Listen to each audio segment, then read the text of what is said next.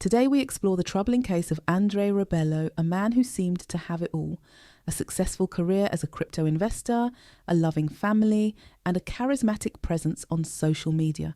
Yet behind the polished exterior of his seemingly perfect life was a dark and chilling secret, only uncovered following a tragic incident within his family. This story will make you question how well we really know the influencers we follow on social media. Andre Zachary Rebelo was born in 1996 and grew up in Perth, Australia, where he lived with his parents, Colleen and Antonio, alongside his three siblings, Julian, Monique and Fabian. In 2010, his parents went through a divorce.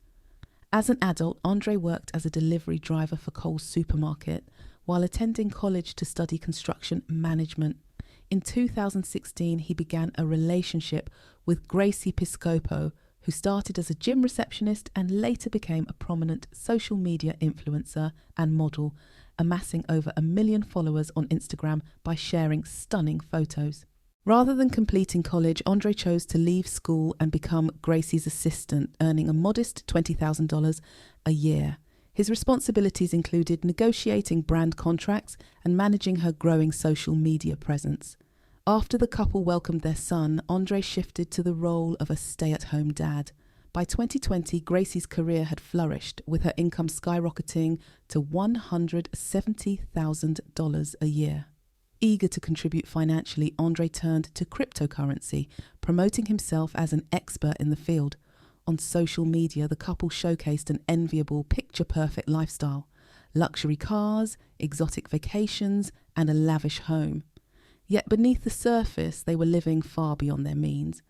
They rented a townhouse in the upscale Beaconsfield neighbourhood at $880 per week and financed a Range Rover, all while accumulating mounting credit card debt. To make matters worse, during the COVID-19 pandemic, they exploited a government assistance program meant for those in genuine financial hardship. Despite their financial strain, Gracie seemed to be in a stronger position. As the owner of her own business, she had the flexibility to generate more income. Meanwhile, Andre's cryptocurrency investments failed to yield results. By May 2020, their financial troubles had spiralled, with debts exceeding 120,000 Australian dollars. Nevertheless, Andre repeatedly reassured Gracie that relief was just around the corner, boasting about an impending $500,000 cryptocurrency deal. But the deal never materialised. Andre also convinced himself that Gracie's career was about to explode, with her earnings from social media posts potentially reaching $8,000 each. He envisioned their combined ventures eventually being worth over $1 million. Simultaneously, he claimed to be securing their future through cryptocurrency trading. However, an investigation later revealed that after 3 years of trading, Andre's total profit amounted to a mere $22. On May 25th, 2020, Andre planned to spend the day with Gracie and her cousin, who was visiting. They had lunch plans and were looking forward to catching up. But things took an odd turn around noon when Andre abruptly disappeared without warning. At first, Gracie assumed he had stepped out briefly. As time passed, her concern grew. She called and messaged him repeatedly, but there was no answer. Between 11:10 and 11:25 a.m., Andre seemed to have vanished, leaving Gracie increasingly worried. Gracie's anxiety quickly spiraled into frustration. By 11:16 a.m, she had called him 12 times without any response. As impatience took over, she sent a flurry of text messages, but hours ticked by with no word from Andre. She couldn't wrap her head around why he had vanished, leaving her and her cousin waiting. Then, around 2 p.m, Andre strolled through the door as if nothing had happened. He casually asked where they wanted to go for lunch, leaving Gracie both stunned and furious.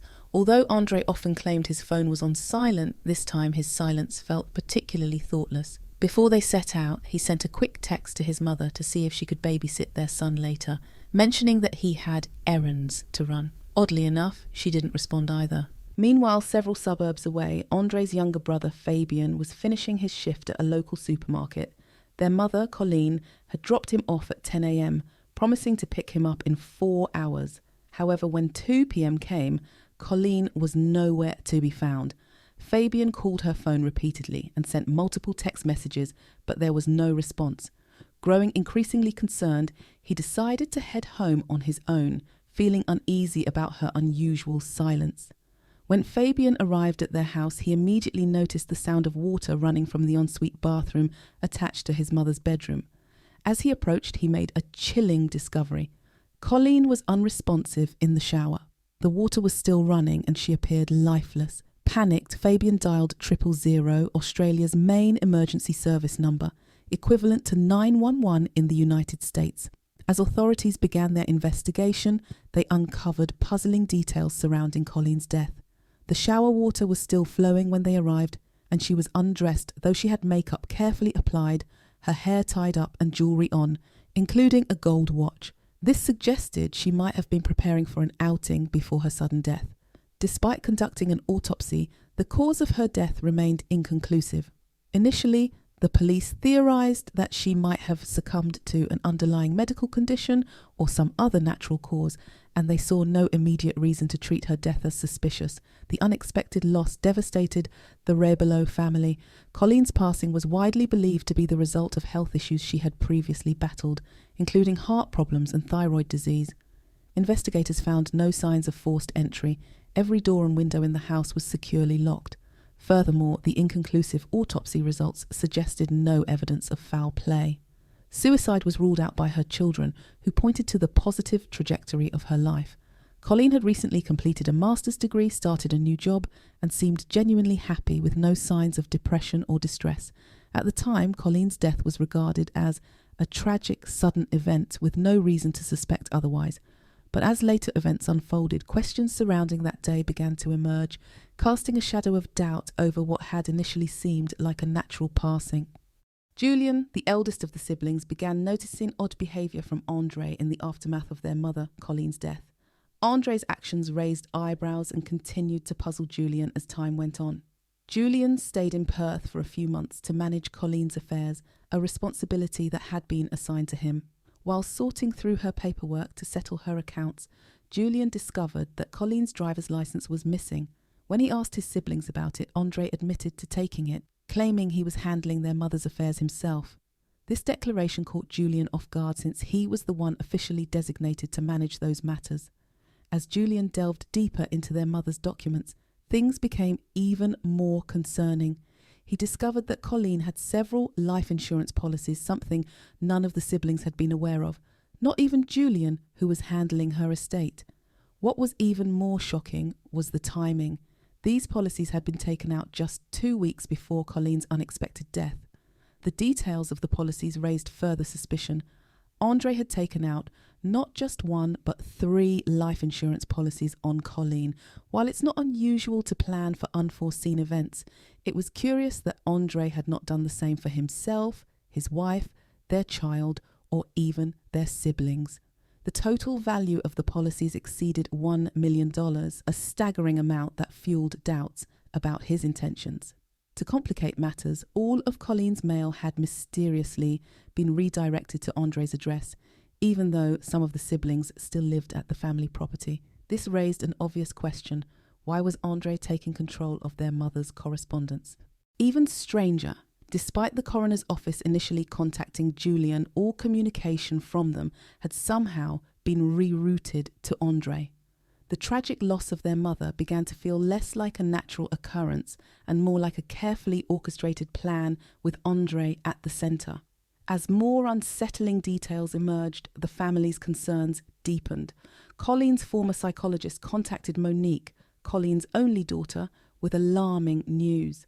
The psychologist had been informed that documents bearing Colleen's signature had been submitted to an insurance company, but she insisted Colleen had never signed them. This revelation added to the growing unease.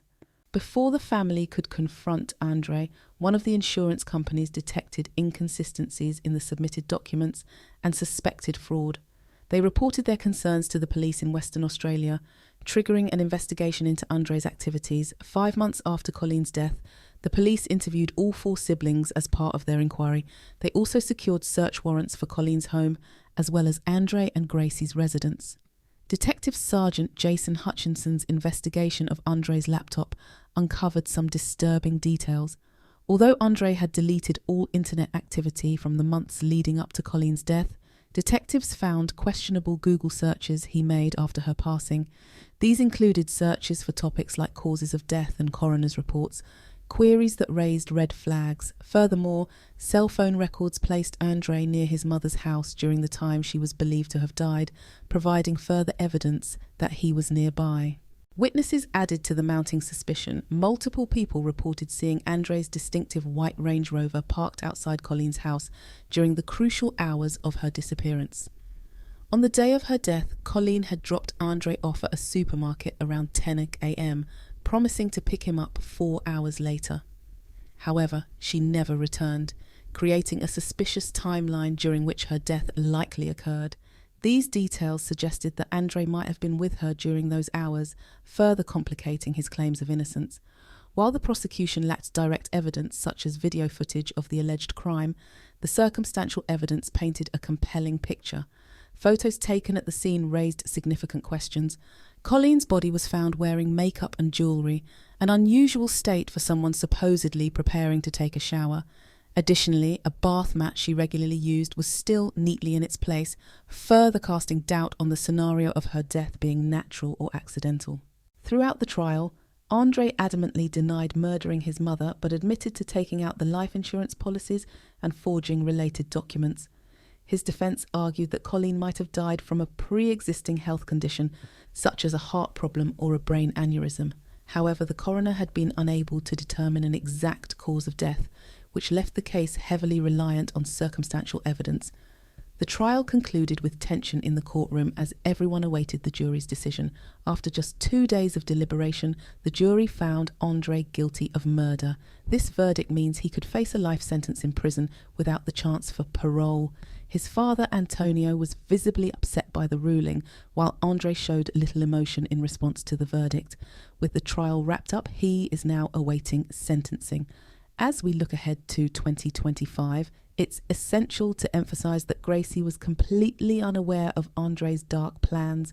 She didn't know about the life insurance policies, the change in beneficiaries, or the horrific crime that unfolded. To put it simply, she was a woman unknowingly caught in the web of a man who tried to manipulate everyone around him.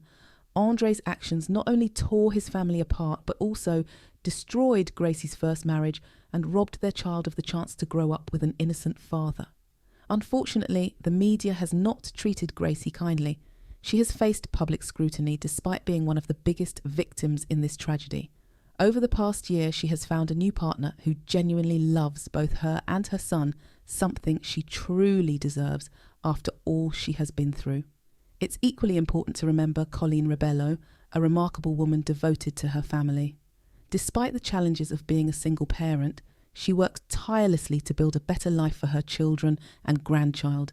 Her sudden and tragic death has left a void that can never be filled, but her legacy as a loving mother and dedicated professional will live on in the hearts of those who knew her. As for Andre, his story serves as a somber reminder that social media often only shows a curated version of reality. While the Rebelo family's social media posts painted a picture, perfect life filled with luxury and success, the truth was far darker. Let this be a reminder. The glossy highlights people share online are often far from the full story, and your own life may hold more joy and authenticity than theirs. The case against Andre hinges on circumstantial evidence that suggests guilt based on the surrounding circumstances rather than direct proof. Do you think the evidence presented in this case is strong enough? Do you believe Andre murdered his mother? Share your opinions in the comments below and let's discuss this shocking and heartbreaking case together. Thanks for joining us for today's story. If you enjoyed it, don't forget to give a thumbs up and share your thoughts in the comments. And if you're new here, hit subscribe and tap the notification bell to stay connected with us. We'll see you next time.